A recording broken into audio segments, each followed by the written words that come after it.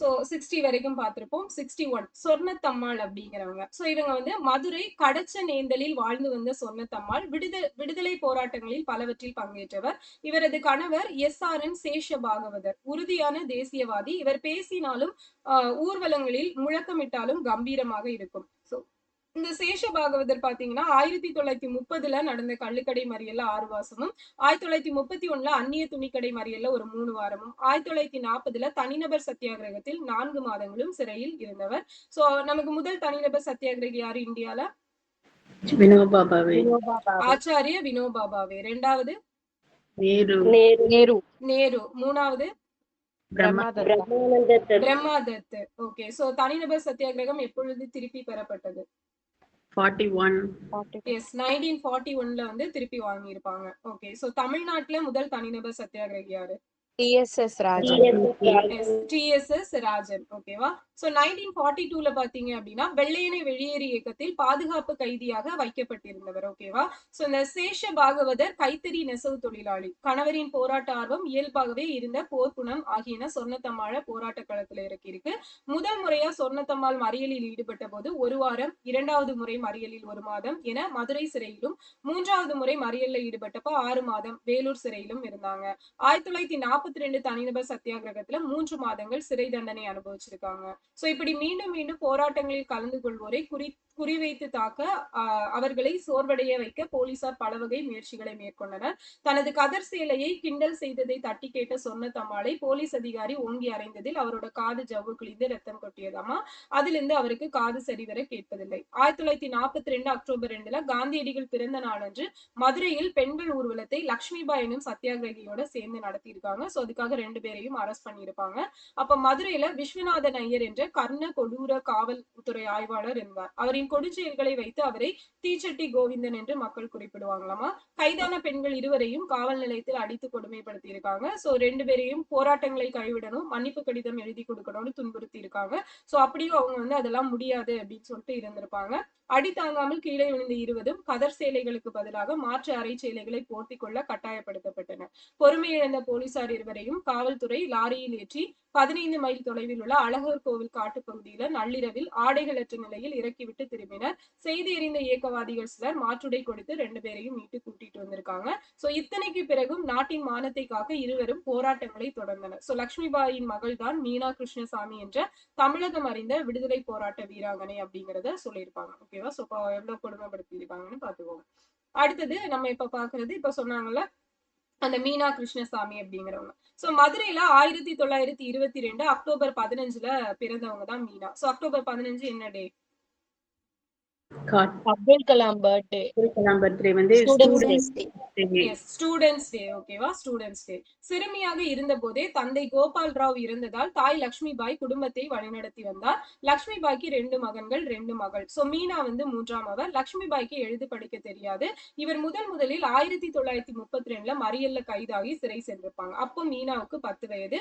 So கணவரும் இல்லாத சூழலில் 4 குழந்தைகளையும் விட்டுவிட்டு சிறைக்கு சென்றார் லட்சுமிபாய். மதுரை தலைவர்களின் விடுதலை போராட்ட செயல்பாடுகளும் லட்சுமிபாய் வீட்டை சுற்றி நிலவிய தேசபக்த சூழலும் ஒரு பொது பண்பாட்டை உருவாக்கி இருந்தது. குழந்தைகள் 4வருக்கும் தாய் சிறையில் இருந்த காலங்களில் வீடு தேடி வந்து உணவு கொடுத்தும் துணையிருந்தும் பலர் தங்களது தார்மீக அரசியல் கடமையை நிறைவேற்றினாங்க. பெரியவர்களுக்கு கூட சேர்ந்து அவங்களோட 13வது வயசு அந்நிய துணி எதிர்ப்பு மறியல்ல ஈடுபட்ட மீனா கைதானார். சோ 16 வயதுக்கு கீழ் உள்ளவர்களை சிறைப்படுத்த மாட்டார்கள் என்பதை அறிந்திருந்த மீனா நீதிபதியிடம் தனக்கு 16 வயதுன்னு சொல்லி சிறை சென்றார். மீனாவை கண்ணூர் சிறைக்கு அழைத்து சென்றனர். சிறையில் ஹிந்தி படித்தார் மீனா. விடுதலையானதும் காந்தியடிகளின் நிர்மாண திட்டத்தை செயல்படுத்த எண்ணிய தலைவர்களால் மீனா மேலும் ஹிந்தி படிக்க அலகாபாத் அனுப்பப்பட்டார். சோ அப்போது மீனா 5ஆம் வகுப்பு மட்டுமே முடித்திருந்தார். அங்கு மீனாவை புரிந்து கொண்ட ஹிந்தி இலக்கியவாதி மகாதேவி வர்மா மீனாவை முறையான கல்வி கற்க 6ஆம் வகுப்புல சேர்க்கிறாங்க. 7 ஆண்டுகள் அலகாபாத்ல படிக்கிறாங்க. சோ இவரு நமக்கு ஜார்ஜ் ஜோசப் வந்து அலகாபாத்ல போயிட்டு என்ன இதுல ஒர்க் பண்ணிருப்பாரு? எந்த பத்திரிகையில? இண்டிபெண்டன்ட். இண்டிபெண்டன்ட் யாரோடது? மோதிலால் நேருவோடது. சோ அதுல எழுதுனதுக்காக அவங்களை அரெஸ்ட் பண்ணி எந்த சிறையில போட்டிருப்பாங்க? ஆக்ரா சிறையில வந்து அடைச்சிருப்பாங்க. சோ 1939 காந்தியடிகளோட வர்தா ஆசிரமத்துல சேர்றாங்க. அங்க 3.5 வருஷம் ஆதார கல்வி அப்படிங்கிறது பயில்றாங்க. சோ வந்து நமக்கு வார்தா கல்வி திட்டம் இல்லையா? சோ வார்தா கல்வி திட்டம் எந்த கமிட்டி சொல்லியிருப்பாங்க? ஜாகிர் ஹுசேன் கமிட்டி சொல்லியிருப்பாங்க. ஸோ 1942 ஆகஸ்ட் போராட்டம் வெடிக்குது. ஸோ காந்தியடிகள் கைதாகிறாங்க. மீனாவும் அவருடன் இருந்தவர்களும் வார்தாவை சுற்றி அனைத்து ஊர்களுக்கும் சென்று பொதுமக்களிடம் ஆகஸ்ட் போராட்டம் பற்றி பிரச்சாரம் செய்தாங்க. மீனா வார்தாவில் இருந்த போதுதான் மதுரையில் அவரது தாய் லட்சுமிபாயும் சொர்ணத்தம்மாளும் ஊர்வலத்தில் கைதாகி நள்ளிரவில் காவல்துறையால் ஆடைகளை அகற்றி காட்டுல விடப்படுறாங்க. 1942 ஆகஸ்ட் போராட்டம். ஸோ இந்த 42 ஆகஸ்ட் போராட்டம்னு எதை மென்ஷன் பண்றாங்க? வெள்ளையனே வெளியேறு இயக்கம். Yes, வெள்ளையனே வெளியேறு இயக்கம் இல்லையா? சோ அப்ப அரெஸ்ட் பண்ண காந்தி வந்து எப்ப ரிலீஸ் பண்ணுவாங்க? 1844 மே 6. Yes, 1944 மே 6ல வந்து ரிலீஸ் பண்ணுவாங்க. எங்க அவர் வச்சிருப்பாங்க? ஆகா கான் கோட்டை. ஆகா கான் கோட்டையில வந்து அடைச்சு வச்சிருப்பாங்க. சோ மீனா கைது செய்யப்பட்டு நாகபுரி சிறையில அடைக்கப்படுறாங்க. ஓராண்டு சிறைவாசம். விடுதலை ஆனவுடன் மதுரை திரும்புறாங்க. பின்ன தன்னை போலவே காந்திய ஆதார கல்வி பயின்ற எஸ் கிருஷ்ணசாமிய மேரேஜ் பண்ணிக்கிறாங்க. கிருஷ்ணசாமியும் சுதந்திர போராட்டத்தில் பல்வேறு கட்டங்களில் 6 ஆண்டுகள் சிறைவாசம் அனுபவிக்கிறாங்க. சிறையில் உலக பொது உடைமை நூல்கள் பலவற்றை மீனா படித்திருந்தார். வெளியில் வந்ததும் தொழிலாளர் போராட்டங்களில் தன்னை சங்கமித்துக் கொண்டார். தொழிற்சங்கங்களிலும் பணியாற்றாங்க. நாட்டு விடுதலைக்கு முன்னரே இருவரும் கம்யூனிஸ்ட் இயக்கத்தில் இணைந்து இறுதி மூச்சு வரை மக்கள் தொண்டாற்றினர். 1950ல சென்னையில் குடியேறிய மீனா 2012ல தான் அவங்க இறந்திருப்பாங்க. சோ நெக்ஸ்ட் பாத்தீங்க அப்படின்னா வைத்தியநாத ஐயர். சோ மதுரைக்கு வந்து தேசிய தலைவர் CR தாஸை சந்தித்தார் ஐயர். அதுதான் வந்து வழக்குரிய தொழிலை துறந்து விட்டு முழு நேர போராளியாக உருவெடுக்க விரும்புவதாக அவர்கிட்ட வந்து சொல்றாரு CR தாஸ்ட. அவ்வாறு செய்தால் நீங்கள் ஒருவர் மட்டும் காங்கிரசின் ஊழியராகலாம். தொழில் செய்து கொண்டே அரசியலிலும் ஈடுபட்டால் அதன் வருமானத்தை கொண்டு நூற்றுக்கணக்கான ஊழியர்களை களம் இறக்கலாம் அப்படின்னு அவர் அறிவுரை சொல்றாரு. சோ CR தாஸ் வந்து எந்த இயக்கம் நமக்கு ஸ்டார்ட் பண்ணுவாரு? என்ன party? Swaraj party. Swaraj party. Yes, 1923 January 1ல வந்து ஸ்டார்ட் பண்ணிருப்பாரு. சோ எந்த காங்கிரஸ் செஷனுக்கு தலைமை தாங்கி இருப்பாரு? 22 கயா செஷன். 1922 கயா செக்ஷனுக்கு தலைமை தாங்கி இருப்பாரு. சோ இவர் CR தாஸ் வந்து யாரோட அரசியல் குரு? சுபாஷ் சந்திர போஸ். எஸ், சுபாஷ் சந்திர போஸோட அரசியல் குரு. ஓகே. சோ வழக்குரிமை தொழிலில் ஏராளமாக சம்பாதிக்கிறாங்க. அதனை விடுதலை போராட்ட இயக்கங்களுக்காகவும் நிர்மாண திட்ட பணிகளுக்காகவும் செலவிடுறாங்க. ஐயர் வீடு ஆசிரமம் போன்றும் பனிமலை போலவும் உயிரோட்டமாக இயங்கியது அவரோட வீடு. அண்ட் மனைவி அகிலாண்ட அம்மாளும் ஐயரை போலவே ஜாதி மதம் பாராதவர், விடுதலை உணர்வும் விருந்தோம்பல் பண்பும் இருக்கவர். சோ தலை மீது கதர் துணிகளை சுமந்து மதுரை மாவட்டத்துல ஊர் ஊரா போயிட்டு பிரச்சாரம் செய்தவாறே அந்நிய துணி எதிர்ப்புணர்வை விதைத்தார். 1930 வேதாரண்ய உப்பு சத்தியாகிரக போராட்டம் தான் மதுரையில் ஐயர் வீட்டில் தான் ராஜாஜி தலைமையில திட்டமிடப்பட்டது. இப்போராட்டத்தில் ஐயருக்கு பெரும் பங்கு உண்டு அப்படிங்கறத சொல்லியிருப்பாங்க.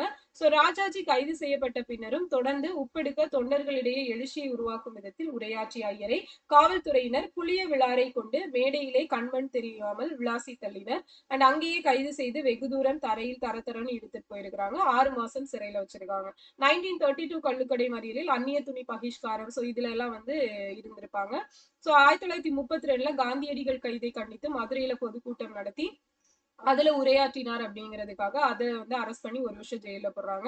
தீண்டாமையிலிருந்து தாழ்த்தப்பட்டவர்கள் விடுதலை பெற அவரோட வாழ்க்கையை அர்ப்பணிச்சிருப்பாரு. சில தாழ்த்தப்பட்டவர்களை அழைத்து கொண்டு மதுரை மீனாட்சி அம்மன் கோவிலுக்குள் நுழையும் போராட்டத்தை 1939 ஜூலை 8ல வந்து நடத்தி இருப்பாரு.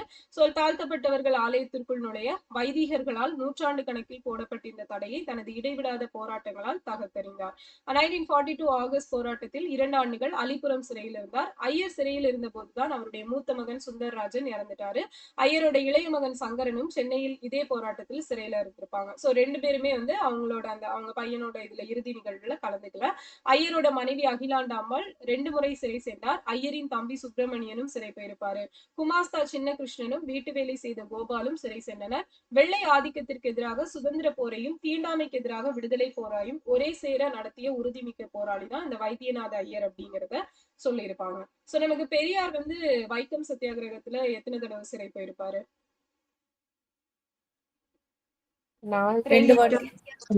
2 முறை வந்து சிறை போயிருப்பாரு.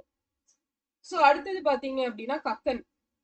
சோ இவரை பத்தி நம்ம ஆல்ரெடி படிச்சிருப்போம். மதுரை மாவட்டம் மேலூர் வட்டம் தும்பைப்பட்டி எனும் சிற்றூரில் 1909 ஜூன் 18ல பிறந்தவர் தான் கக்கன். மதுரை திருமங்கலம் பள்ளியின் தலைமை ஆசிரியர் கக்கனோட வறுமையையும் தொலைவில் இருந்து வருவதையும் அறிந்து அப்பள்ளியின் விடுதியில் சாப்பிடவும் பள்ளியின் தாழ்வாரத்துல தங்கிக் கொள்ளவும் அனுமதி கொடுத்திருந்தாங்க. அது கள்ளுக்கடை மறியல் நடந்து கொண்டிருந்த காலகட்டம். இரவு நேரத்தை கழிக்க வேறு வழி இல்லாத வெளியூர் தொண்டர்கள் பள்ளியின் தாழ்வாரத்துல படுத்துக் கொள்வாங்க. அவங்க மேல விடுதலை போராட்ட உணர்வை பெற்றார் கக்கன். மறியல் தொண்டர்கள் மூலம் கக்கனை அறிந்தார் வைத்தியநாத ஐயர். காந்தியடிகளின் ஹரிஜன நல நிதி உதவியுடன் SSLC முடித்த கக்கனை சேவா சங்கம் நடத்திய மாணவர் விடுதிக்கு காப்பாளரா நியமிக்கிறாங்க. பல கிராமங்கள்ல இரவு பள்ளிகளை தொடங்கி இருப்பாரு. ஹரிசேனா சேவா சங்க பணியிலும் காங்கிரஸ் இயக்க வேலையிலும் இவரை தீவிரமா ஈடுபடுத்திக்கிட்டாரு. வைத்தியநாத ஐயர், என்னமா சுப்பாராமன், சோ இவங்க எல்லாம் கக்கனோட பணிக்கு ஆக்கம் அளித்தனர். மதுரைக்கு காந்தியடிகள் 1934ல வந்திருப்பாரு. அவரோட எல்லா உரைகளையும் பக்கத்துல இருந்து கேட்கும் வாய்ப்பு அப்படிங்கிறது கக்கனுக்கு கிடைச்சிருக்கும். 1939 ஜூலை 8ல வைத்தியநாத ஐயர் தலைமையில் மதுரை மீனாட்சி அம்மன் கோவிலில் நடைபெற்ற ஹரிஜன ஆலய நுழைவு போராட்டத்தில் ஐயருடன் சென்ற 5 ஹரிஜன தொண்டர்கள்ல ஒருத்தரா இந்த கக்கன் இருந்தாரு. 1940ல மேலூர் வட்ட காங்கிரஸ் செயலாளரா இருப்பாரு. 1940 செப்டம்பர் 14 வாஞ்சி நகரம் எனும் ஊரில் இவரை அரெஸ்ட் பண்றாங்க. 15 நாட்கள் சிறையில இருக்கிறாரு. அக்டோபர் 24ல தனிநபர் சத்தியாகிரகத்துல இறங்கினால மறுபடியும் சிறையில போடுறாங்க. 41, 42 சோ இந்த டைம் பீரியட்ல மாவட்ட கழக தேர்தலில் மேலூர் வட்டத்துல போட்டியிட்டு வெற்றி பெறாரு. 41ல மதுரை மாவட்ட காங்கிரஸோட பொருளாளர் ஆகுறாரு. 42ல வெள்ளையனை வெளியேறு இயக்கத்துல தீவிரமா ஈடுபடுறாரு. அதுக்காக ஆகஸ்ட் 10ல அரெஸ்ட் பண்றாங்க. கம்பத்துல கட்டி வைத்து சவுக்கால் அடிச்சிருப்பாங்க. சோ அதுக்கப்புறம் பார்த்தோம் அப்படின்னா இவர் இவரோட இருப்பிடம், சோ அவரோட கூட இருந்தவங்களோட இருப்பிடத்தை எல்லாம் அப்படி அடிச்சுமே சொல்லியிருக்க மாட்டாரு. 1.5 வருஷம் சிறையில வைக்கப்பட்டாரு. 1946ல அரசியலமைப்பு சட்டத்தை உருவாக்கிய அரசியல் நிர்ணய சபையோட உறுப்பினரா ஆகுறாரு. சோ நமக்கு கான்ஸ்டிடியூஷன் அசம்பிளியோட டெம்பரவரி பிரசிடென்டா யார் அப்பாயிண்ட் பண்ணிருப்பாங்க? சச்சிதானந்த சின்ஹா. சச்சிதானந்த சின்ஹா. சோ எந்த டேட்ல? டிசம்பர் 9. டிசம்பர் 9. ஓகே. சோ இவருக்கு அப்புறமா பெர்மனன்ட் பிரசிடென்டா யாரு வராங்க? ராஜேந்திர பிரசாத். ராஜேந்திர பிரசாத் வராங்க. சச்சிதானந்த சின்ஹாவை ஏன் 2 டேஸ்ல நீக்கிட்டு இது பண்ணிருப்பாங்க? அப்படிதான் நினைச்சிட்டு இருந்தோம். ஆக்சுவலா அவர் இறக்கல. ஓகேவா? அவர் 1950ல தான் இறந்துருக்கிறாரு. சோ டெம்பரவரி பிரசிடென்ட் அப்படிங்கிற ஒரு ரீசனால அவர் 2 டேஸ் தான் டெம்பரவரி பிரசிடென்ட். ஓகேவா? சோ அதனாலதான் அவரை நீக்கிட்டு அந்த பெர்மனன்ட் பிரசிடென்டா அவங்கள வச்சிருப்பாங்க. ஓகேவா? பட் எங்கேயோ ஸ்கூல் புக்லயா எங்கேயோ தான் இருக்கும் அவர் இறந்தனால மாத்திருப்பாங்க.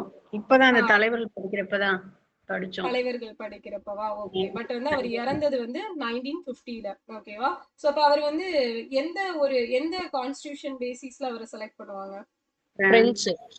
பிரெஞ்சு கான்ஸ்டிடியூஷன் இல்லையா? சோ வயதில் முதிர்ந்தவர்களை தேர்ந்தெடுக்கணும் அப்படிங்கிற ஒரு ரீசனுக்காக செலக்ட் பண்ணியிருப்பாங்க. சோ யார் அவரை பரிந்துரைத்தது? எஸ், ஜேபி கிருபாலினி சொல்லியிருப்பாரு. Okay, fine. சோ நெக்ஸ்ட் பாத்தீங்கன்னா 1952ல மதுரை மத்திய தொகுதியின் நாடாளுமன்ற உறுப்பினர் ஆகுறாங்க. 1955ல தமிழ்நாடு காங்கிரஸ் தலைவர் ஆகுறாரு. 1957, 62 அப்படின்னு சொல்லிட்டு 2 முறை சட்டப்பேரவை உறுப்பினர் ஆயிருப்பாரு. 9 வருஷம் தமிழக அமைச்சராக விளங்கினார். 1975ல காமராஜர் மறைவுக்கு அப்புறமா தீவிர அரசியல் இருந்து விலகி இறுதி வரை காந்திய வழியில் ஹரிஜன தொண்டாற்றியிருப்பாரு. 1981ல இவரும் இறந்திருப்பாரு டிசம்பர் 28ல. சோ இவரோட அரசியல் குரு யாரு? கக்கனோட அரசியல் குரு காமராஜர். சோ இவரை கடைசியில ஒருத்தர் தோற்கடிச்சிருப்பாரு. யாரு? மேலூர் தொகுதி வேலூர் ஓபி ராமனா. ராமன் தோற்கடிச்சிருப்பாரு. ஓகேவா? சோ அண்ணாவை தோற்கடிச்சது யாரு? 1962 நடேச முதலியார். நடேச முதலியார் காஞ்சியில தோற்கடிச்சிருப்பாரு. காமராஜரை தோற்கடிச்சது ஸ்ரீனிவாசன் தோற்கடிச்சிருப்பாரு. ஓகே. சோ நெக்ஸ்ட் பாத்தீங்கன்னா என்எம்ஆர் சுப்பாராமன். சோ மதுரையில் செல்வமும் செல்வாக்கு மிக்க குடும்பத்தில் 1905 ஆகஸ்ட் 14ல பிறந்தவர் தான் இந்த என்எம்ஆர் சுப்பாராமன். மதுரை பொதுக்கூட்டத்தில் காந்தியடிகளை 1921ல தான் ஃபர்ஸ்டா பார்க்கிறாரு. 1923ல காங்கிரஸ் உறுப்பினர் ஆகிறாரு. அதே வருஷம் காக்கிநாடால நடைபெற்ற அகில இந்திய காங்கிரஸ் மாநாட்டுல பங்கேற்றார். ரவீந்திரநாத் தாகூரின் சாந்தி நிகேதன்ல 2 வருஷம் படிச்சிருப்பாரு.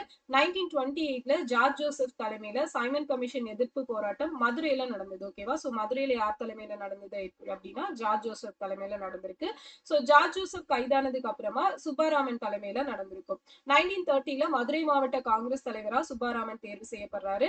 அதே 1930ல நடந்த வேதாரண்யம் உப்பு சத்தியாகிரகத்துக்கு வலுவான பங்களிப்பை செலுத்தி இருப்பாரு.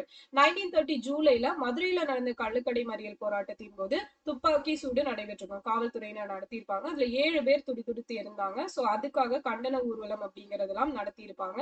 அண்ட் அதுக்கு இந்த என்எம்ஆர் இவரு சுப்பாராமன் தான் வந்து தலைமையேற்றிருப்பாரு. சோ கைது செய்யப்பட்ட சுப்பாராமனை 2 வருஷம் வந்து சிறையில் அடைக்கிறாங்க. கடலூர் சிறையில் சுப்பாராமனும் அங்கே ஏற்கனவே இருந்த அவினாசிலிங்கம் செட்டியாரும் சேர்ந்து காந்தியடிகளோட தென்னாப்பிரிக்க சத்தியாகிரகம் அப்படிங்கிற நூலை தமிழ்ல மொழிபெயர்க்கிறாங்க. அப்போ இவர் அவினாசிலிங்கத்தோட சுயசரிதையோட பேர் என்ன? தேச சங்கம் தேச முதியோரின் நம்பிக்கை. Sacred touch sacred touch. ஓகேவா? சோ முதியவரின் நம்பிக்கை அங்க போயிட்டீங்க நீங்க. ஓகேவா? சோ சாக்ரெட் டச் அப்படிங்கிறது. சுப்பாராமனின் மனைவி பர்வதவர்தினி கள்ளுக்கடை மறியலில் ஈடுபட்டு 6 மாத காலம் வேலூர் சிறையில் அடைக்கப்பட்டார். 1934ல காந்தியடிகள் மதுரை வந்தபோது சுப்பாராமனின் இல்லத்தில் 3 நாட்கள் தங்கி இருக்கிறாங்க. 1935ல ராஜேந்திர பிரசாத், 1936ல நேரு, சோ எல்லாருமே இவங்க வீட்டுல வந்து ஸ்டே பண்ணிருப்பாங்க.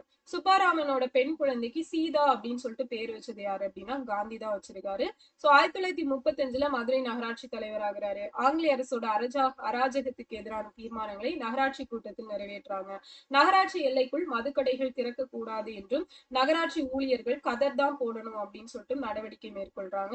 1935 ஹரிஜன மாணவர்களுக்காக சேவாலயம் எனும் விடுதியை ஏற்படுத்துறாங்க. ஹரிஜன சேவா சங்கத்தின் மதுரை மாவட்ட தலைவராகவும் அதுக்கப்புறம் தமிழ்நாடு மாநில தலைவராகவும் விளங்குறாங்க.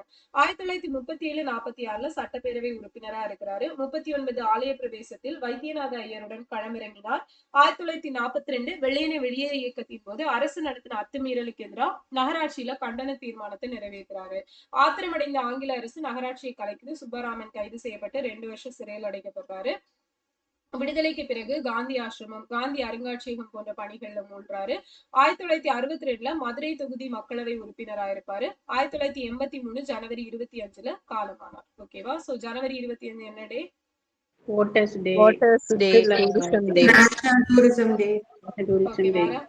மொழிப்போர் தியாகிகள் மொழிப்போர் தினம். தியாகிகள் தினம் எஸ், மொழிப்போர் தியாகிகள் தினம். ஓகேவா? சுற்றுலா தினம், அதுக்கப்புறம் வந்து ஓட்டர்ஸ் டே வாக்காளர் தினம், அதுக்கப்புறம் மொழிப்போர் தியாகிகள் தினம். சோ எல்லாமே வந்து ஜனவரி 25ஆம் தேதி தான். சோ இவர் காந்தி ஆசிரமத்தை எந்த வருஷம் வந்து கொண்டு வந்திருப்பாரு? 24 ஆமா. 50s, 1950s தானே வரும்.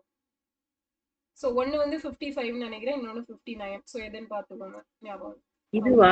ஆமா ஆமா ரைட் தான். அருங்காட்சியகம் 59, ஆசிரமம் 55 தான். ஓகே. சோ ஆசிரமம் வந்து 55, சோ அருங்காட்சியகம் மியூசியம் வந்து 59 அப்படிங்கிறது. ஓகேவா? அந்த முதியவர் நம்பிக்கை யாரோடது மேம்? மறந்துச்சு. முதியோர் நம்பிக்கை ஐஎன்எம்ல யாரோடது? இவங்க ஏவோ ஹியூமா? ஆலன் ஆக்டிவின் ஹியூமோடது. ஓகேவா?